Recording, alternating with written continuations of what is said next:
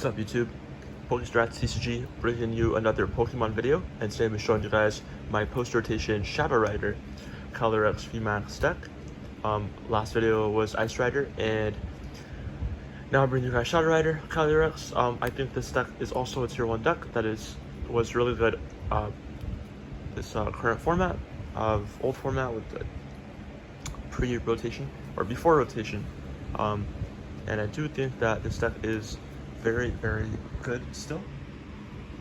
Even though you're losing some broken tag teams, the deck is still very good with Alchemy as its partner, and just being really fast, consistent, and having very good draw power.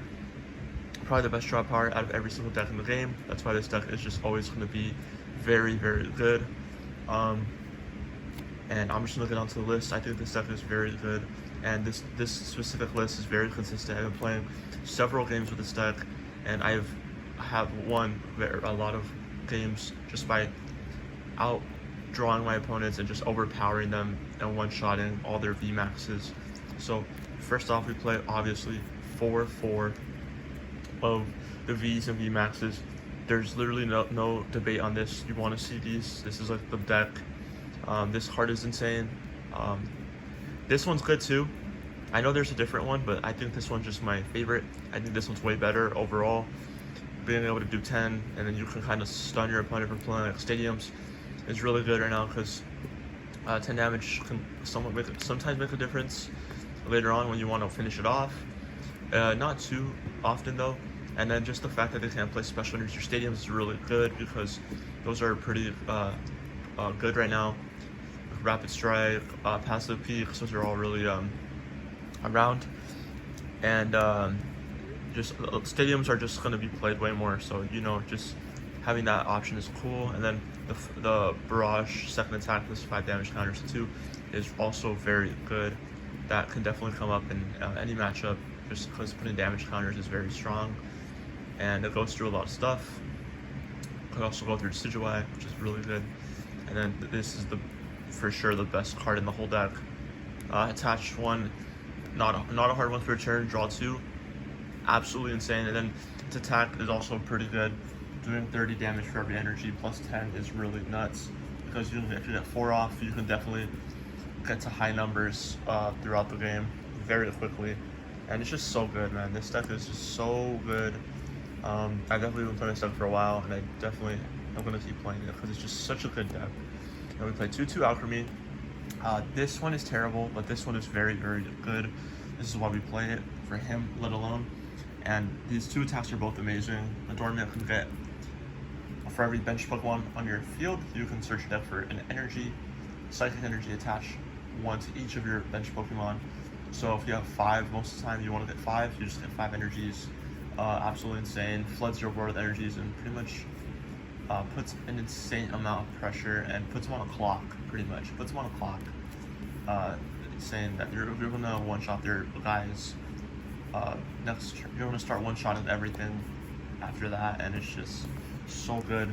And then second attack, obviously G-Mass Whisk does 60 for every energy you discard, as many as you want.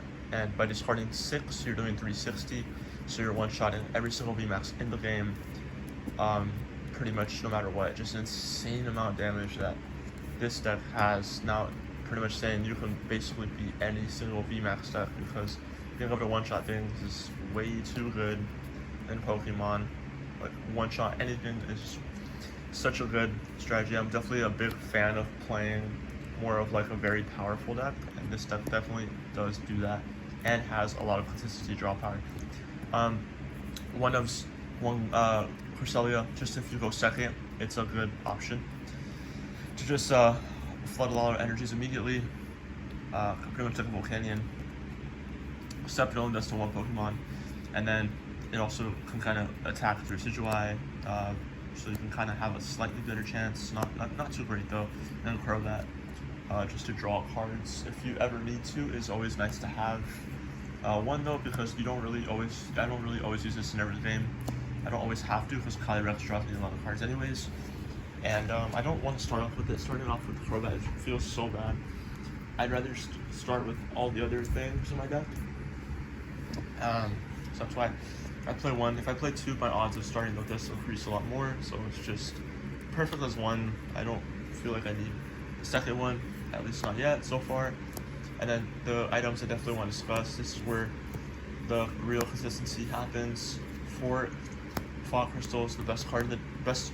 This is the best search card in the deck. And then for Quick Ball, for Incense, best mid to late game card by far. Surges and Revolutions. This card is the best though because it's good, very good early game, and it also is pretty good late game because it'll get you energies, which is super good. But this is definitely really good mid to late game. Not good going first that much. It still could be though, because next turn you can search. And Quick Ball, obviously broken early game. Gets you the basics and gets you started. So these are all very good to have. I definitely love playing all 12 of these cards and any calyrex deck. And stadiums, we played 3 trading cards. Definitely could see this as the only card I'd probably bump up to 4 because it's so good at getting energies every turn. Gets around past the peak. Just super good. Gets your energy. 2 switch to air balloon. Just having switches and pivoting with air balloon is always really good. Since you can only do bench to attach to, you definitely like having the switch. And air balloon just to have for your tree is always really nice. 1 energy retrieval, utility cards. Gets you energies immediately to your hand. This I could see maybe being a 4th training port, but I liked the fact that these go to your hand immediately. Yeah, and you get 2 energies instead of 1. And you can go trading for 1, and you can go retrieval 2, so you can get 3 energies in 1 turn to your hand. Whereas if you play just trading for it, you can't get 3 only in 1. So you can have really strong turns if you have retrieval and trading for it at the same time to get yourself 3 energies to your hand, and it's just super free. Ordinary Rod is just really good as well to get you Pokemon back. In case you have to discard them with research early on, which definitely does happen, and also energies as well. So Ordinary Rod is really good. It's really bad early game, but mid to late game it really shines. Play 4 research supporters, 4 Marty. I think these ratios are really good. I think I probably want to play this in almost every single deck. I think 4 research, 4 Marty, 4 boss is just super good because it's so consistent. Lets you have a lot of consistency, which is definitely needed in every deck if you want to do well. Yeah, those cards are really good. Really not going to explain them too much. I'm pretty sure a lot of you guys know what they do by now. Really good. And then we play 3, 6,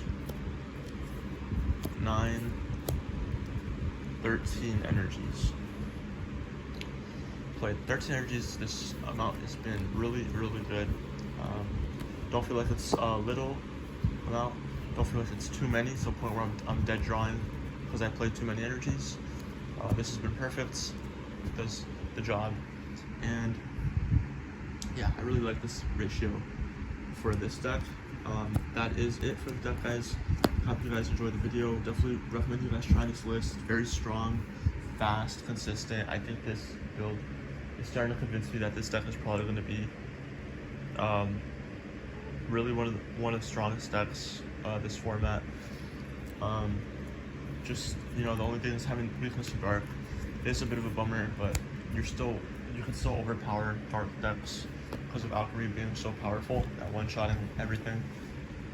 And just the deck is so fast that if they don't get a really strong start or don't really get rolling quick, you could definitely still win. And yeah, this deck can pretty much beat every deck. You're pretty much favored against every deck that isn't your weakness, I'd say.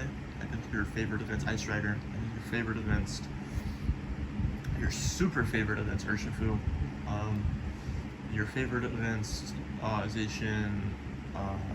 You're favored against all the vmax decks that aren't dark. Pretty much favored. Moltres is, even against Umbreon, you're kind of favored. It's just the Moltres is a big problem. Moltres is usually a hard one to kind of it's a good counter to this deck. But you can still beat those decks. It's still not impossible, and the deck is just so strong and good.